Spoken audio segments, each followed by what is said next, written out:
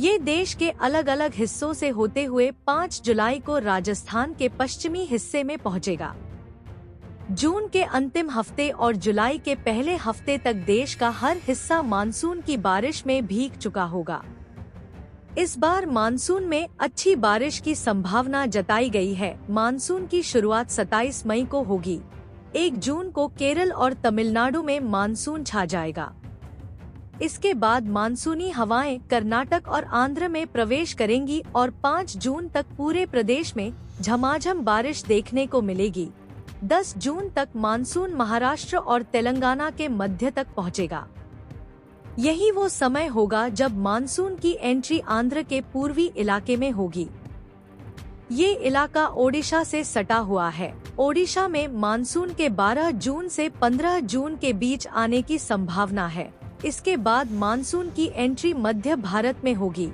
15 जून को गुजरात, मध्य प्रदेश, मध्य छत्तीसगढ़, पश्चिम बंगाल और बिहार में बीचों बीच पहुंच चुका होगा। मध्य प्रदेश के ऊपरी इलाके, गुजरात के अरब सागर से सटे इलाके और उत्तर प्रदेश के पूर्वांचल में भी 20 जून को मानसून पहुंच सकता है। किसानों के लिए वरदान, लहलहाएगी फसल। चलिए इसको भी जान ले तो समय से पहले मानसून की दस्तक किसानों के लिए वरदान साबित होगी।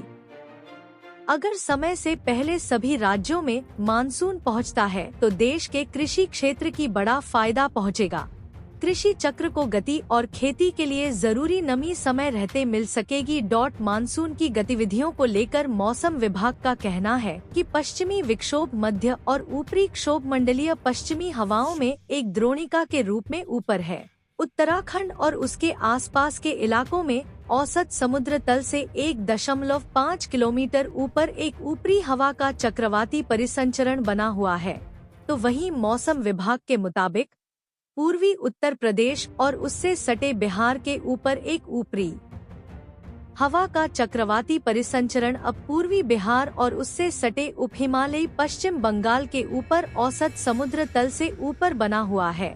वहीं पूर्वी उत्तर प्रदेश और उससे सटे बिहार के ऊपर एक चक्रवाती परिसंचरण से दक्षिण ओडिशा तक एक द्रोणिका अब पूर्वी बिहार और उससे सटे उप हिमालयी पश्चिम बंगाल के ऊपर एक चक्रवाती परिसंचरण से झारखंड होते हुए दक्षिण छत्तीसगढ़ तक बनी हुई है। यूपी में पूर्वी इलाकों में 20 जून को मानसून की एंट्री होगी और जून के अंतिम हफ्ते तक पूरे प्रदेश छा जाएगा। इसी समय उत्तराखंड, हिमाचल और कश्मीर के पूर्वी इलाके भी मानसून वाली बारिश से भीग जाएंगे। देश का पश्चिमोत्तर हिस्से में मानसून सबसे अंत में पहुंचता है। इस बार गुजरात, राजस्थान, हरियाणा, पंजाब, दिल्ली, हिमाचल, मध्य, जम्मू कश्मीर में 25 जून से 2 जुलाई तक मानसून के छा जाने की संभावना जताई गई है। मौसम विभाग के मुताबिक दक्षिण पश्चिम मानसून 13 मई को बंगाल की खाड़ी के दक्षिणी भाग, अंडमान सागर के दक्षिणी भाग, निकोबार द्वीप समूह और उत्तरी अंडमान सागर के कुछ भागों में आगे बढ़ गया है।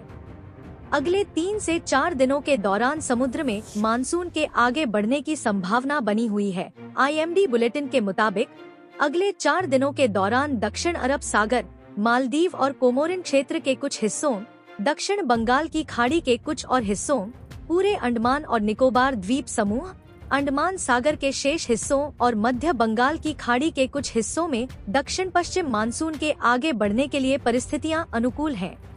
मौसम विभाग के ताज़ा अपडेट के अनुसार मानसून की गतिविधियां शुरू हो चुकी है।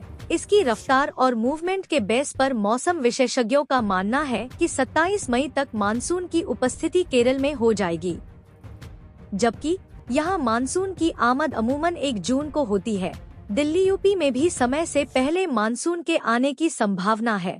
इस साल मौसम में बड़े बदलाव देखने को मिल रहे हैं।